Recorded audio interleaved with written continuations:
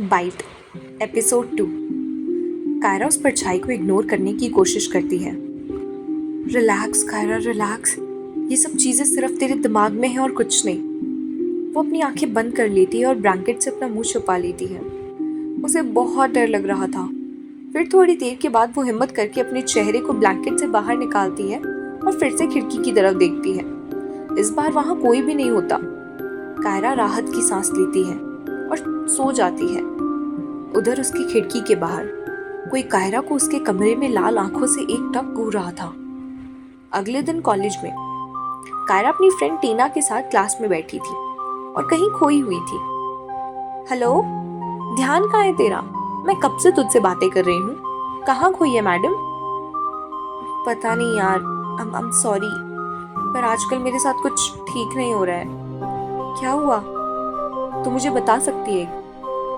यार, कुछ टाइम से रोज एक ही डरावना सपना आ रहा है मुझे, और जब भी मेरी नींद खुलती है उस सपने से तो मुझे ऐसे फील होता है जैसे मेरी खिड़की के बाहर से कोई मुझे घूर रहा है। मैं क्या करूं, मुझे कुछ समझ नहीं आ रहा।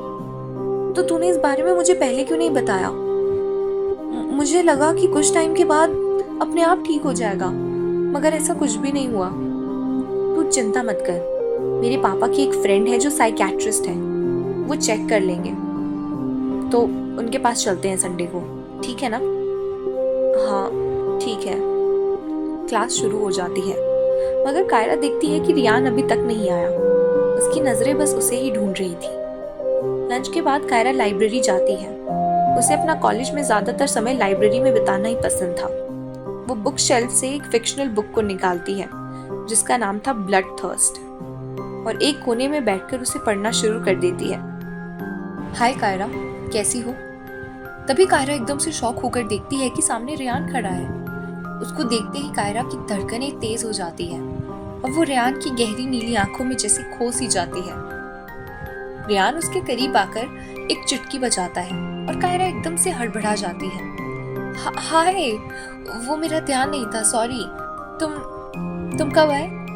आज तो तुम सुबह क्लास में भी नहीं थे। मतलब तुम ये नोटिस कर रही थी कि मैं क्लास में हूँ या नहीं, है ना? नहीं, ऐसा कुछ नहीं है। फिर कैसा है? वो बस क्लास में बात हो रही थी कि न्यू स्टूडेंट नहीं आया आज, तो इसीलिए मेरा ध्यान गया। अच्छा, ऐसी बात है। तभी रियान की नजर कायरा की बुक पर गई। तुम्हें भूत प्रेतों में बहुत इंटरेस्ट है ना? ऐसी कोई बात नहीं है। ऐसा क्यों लगा तुम्हें? क्योंकि कल भी तुमने मुझसे पूछा कि जहाँ मैं रहता हूँ वहाँ भूत है या नहीं, और आज तुम ये वैम्पायर्स से रिलेटेड बुक पढ़ रही हो। नहीं, ऐसा कुछ नहीं है। मुझे तो पता भी नहीं था ये बुक्स वैम्पायर से रिलेटेड है। तुम्हें कैसे पता? ना इस बुक के कवर पे कुछ भी वैम्पायर से रिलेटेड लिखा है, ना ही इस पेज पर जो मैं पढ़ रही हूँ। मैंने पढ़ी है ये बुक, इसीलिए पता है मुझे। वाह, और तुम मुझे कह रहे हो कि मुझे भूत प्रेतों में बड़ा इंटरेस्ट है। आज रात डिनर पर चलोगी मेरे साथ?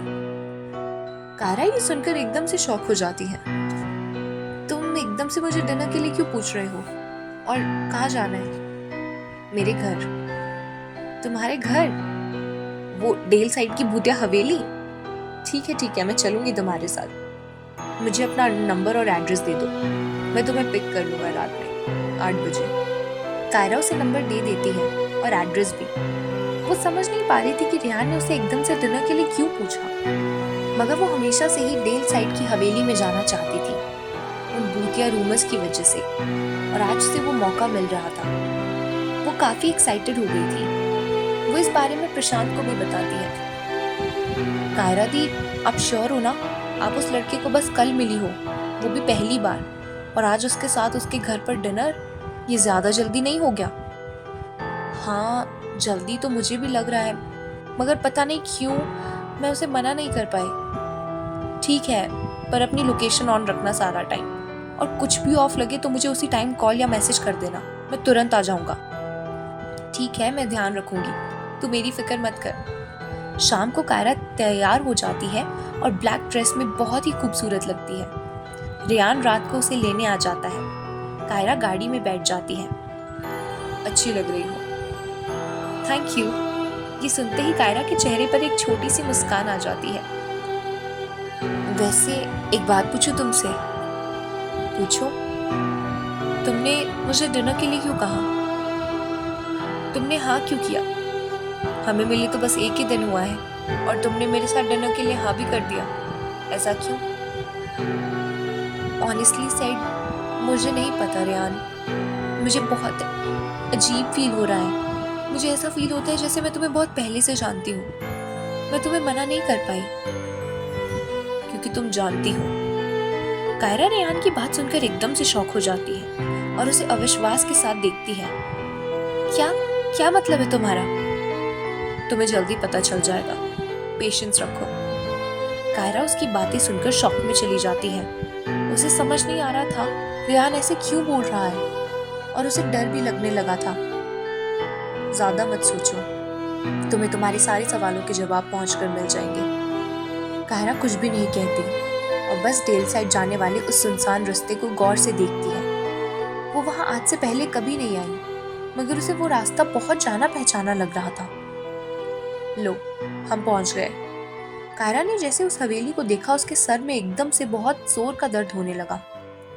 आउच! मेरा सर! क्या हुआ? तुम ठीक तो हो?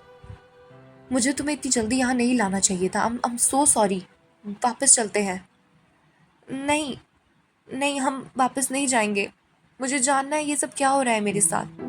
मुझे ऐसा महसूस हो रहा है जैसे मैं यहाँ आ चुकी हूँ। सब कुछ बहुत जाना पहचाना है, जबकि असल में मैं आज से पहले यहाँ कभी नहीं आई हूँ। तुम श्योर हो तुम अंदर जाना चाहती हो? हाँ रेयान, मुझे जाना है।